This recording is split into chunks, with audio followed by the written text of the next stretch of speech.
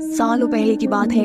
एक लड़की अपने घर के स्विमिंग पूल में अपने भाई की गुमी हुई बोट को देखती है और अपने बिस्तर पर लेटे हुए बीमार भाई से कहती है कि मैं उस बोट को तुम्हारे लिए लेने जा रही हूँ। उसका भाई कुछ नहीं बोलता क्योंकि वो बहुत बीमार था।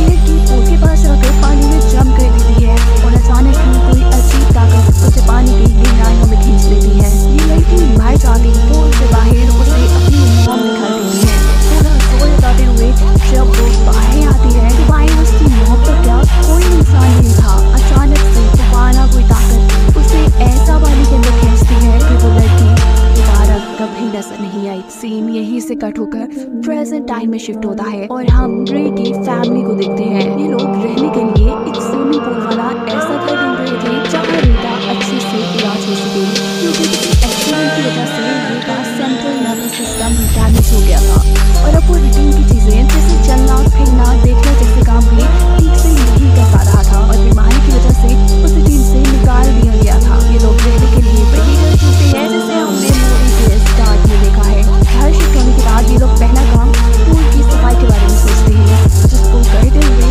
रे का हाथ कट जाता है। अब ये लोग कुछ प्रोफेशनल लोगों को पूल की सफाई के लिए बुलाते हैं। इस पूल का वाटर सोर्स अंडरग्राउंड था। पूल में इन्हें खुद पानी डालना नहीं पड़ता था। नेचुरली जमीन के नीचे का पानी इस पूल के अंदर आता था। वो लोग कहते हैं कि ये पानी तुम्हारे लिए काफी अच्छा साबित हो सकता है। खैर हम आगे देखते हैं कि पूल अब दोबारा से तैयार था। ये फैमिली बहुत ज्यादा खुश थी।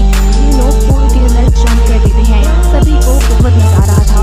ये लोग अपने कुछ काम करते हैं और रात में रे की वाइफ दोबारा पूल के अंदर स्विमिंग करने के लिए जाती है। उसे भी स्विमिंग करते हुए पूल के बाहर खड़ा नजर आता है, लेकिन जब वो बाहर आते हैं तो यहाँ कोई नहीं था। रे की वाइफ इन सारी चीजों से घबरा जाती है और घर के अंदर चली जाती है। अब यहीं पर हमें इनकी बिल्ली को बैठा दिखाया जा रहा था। उससे पूल के बिल्कुल दरमियान में वही बोट दिखाई देती है जो कहानी के शुरू में दिखाई जा रही थी। और अगले दिन इन सबको इस पानी के अंदर इनकी कैट का कॉल मिला था। इनकी कैट अब गायब हो चुकी थी। रे का बेटा इस चीज से बहुत ज्यादा उदास हो चुका था। उसकी मॉम से कहती है उदास ना हो, हम इस पूल के ऊपर एक कवर लगा देंगे ताकि आइंदा कभी ऐसा कुछ ना हो पाए। यही रे नोटिस करता है कि कल जो स्विमिंग पूल से उसके हाथ में बड़ा सा कट लगा था उसमें बिल्कुल दर्द नहीं है। वो पट्टी खोल के देखता है तो इतना बड़ा कट बिल्कुल ठीक हो चुका था, ऐसे जैसे कभी कोई चोट लगी ही ना हो। रे को लगता है कि ये सब पूल के पानी की वजह से हुआ है, इसीलिए वो पूल में ज्यादा से ज्यादा वक्त गुजारने लगता है। जबकि दूसरी तरफ रे की वाइफ को पूल से जुड़े कुछ बुरे सपने भी आने लगते हैं। रे अगले दिन डॉक्टर के पास रेगुलर चेकअप के लिए जाता है। डॉक्टर बताते हैं कि ईरान के तौर पे रे बहुत तेजी से रिकवर कर रहा है। दिखाया जाता है कि रे का बेटा स्विमिंग पूल के पास बैठा था जब अचानक स्विमिंग पूल के अंदर बहुत से कॉइन्स आना शुरू हो जाते हैं। उसे लगता है कि कॉइन्स शायद उसकी ब्लैक हैंडराइटिंग है जिन्हें वो जमा करना शुरू कर देता है। और अचानक उसे पानी के अंदर एक बच्ची दिखाई देती है, वही बच्ची जो इस मूवी के स्टार्ट में इसी पूल में गायब हो गई थी।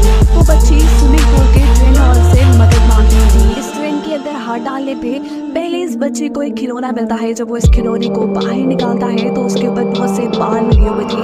अचानक वो बाल हाथों में बदल जाते हैं और ये हाथ उसे अपनी तरफ खींचने लग जाता है। बच्चा बहुत ज्यादा डर कर यहाँ से बाहर निकल आता है। वो ये सारी बातें अपनी मॉम को बताता है। उसकी मॉम जब चेक करती है तो वहाँ कुछ भी नहीं था। ये सब लोग मिलकर अब रे की बेसबॉल प्रैक्टिस में जाती है।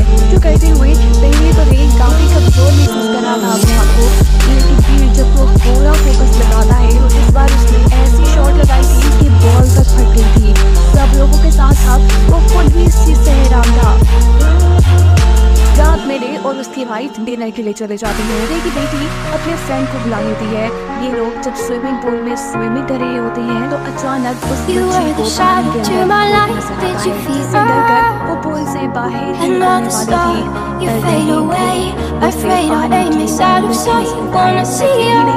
ये भूत उसे स्विमिंग पूल के बहाने से भी नीचे ले गया था।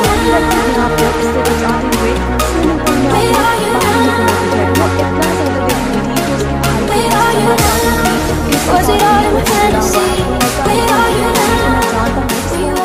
कुछ गड़बड़ है और हमें मॉम डैड को इसके बारे में बताना चाहिए, लेकिन वो लड़की कहती है नहीं तुम ऐसा नहीं करोगे क्योंकि ये बोल ही है जो हमारे डैड को से ठीक कर रहा है और हमारी मॉम भी खुश रहने लगी है। इन दोनों की इस वाकये में लोग इस बारे में अपने होम डैड को नहीं बताते।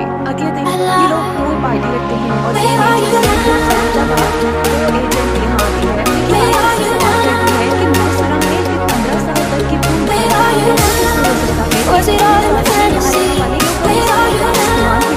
एजेंट बताती है कि काफी सालों पहले यहाँ पे एक लड़की दिख गई थी जिसके बारे में लोगों ने ऊट पटांग बातें शुरू कर दी। लोग इस पुल से डरने लगे और फिर किसी ने इस पुल को चलाया है। क्या उस बच्ची का नाम राधिका तो नहीं था? एजेंट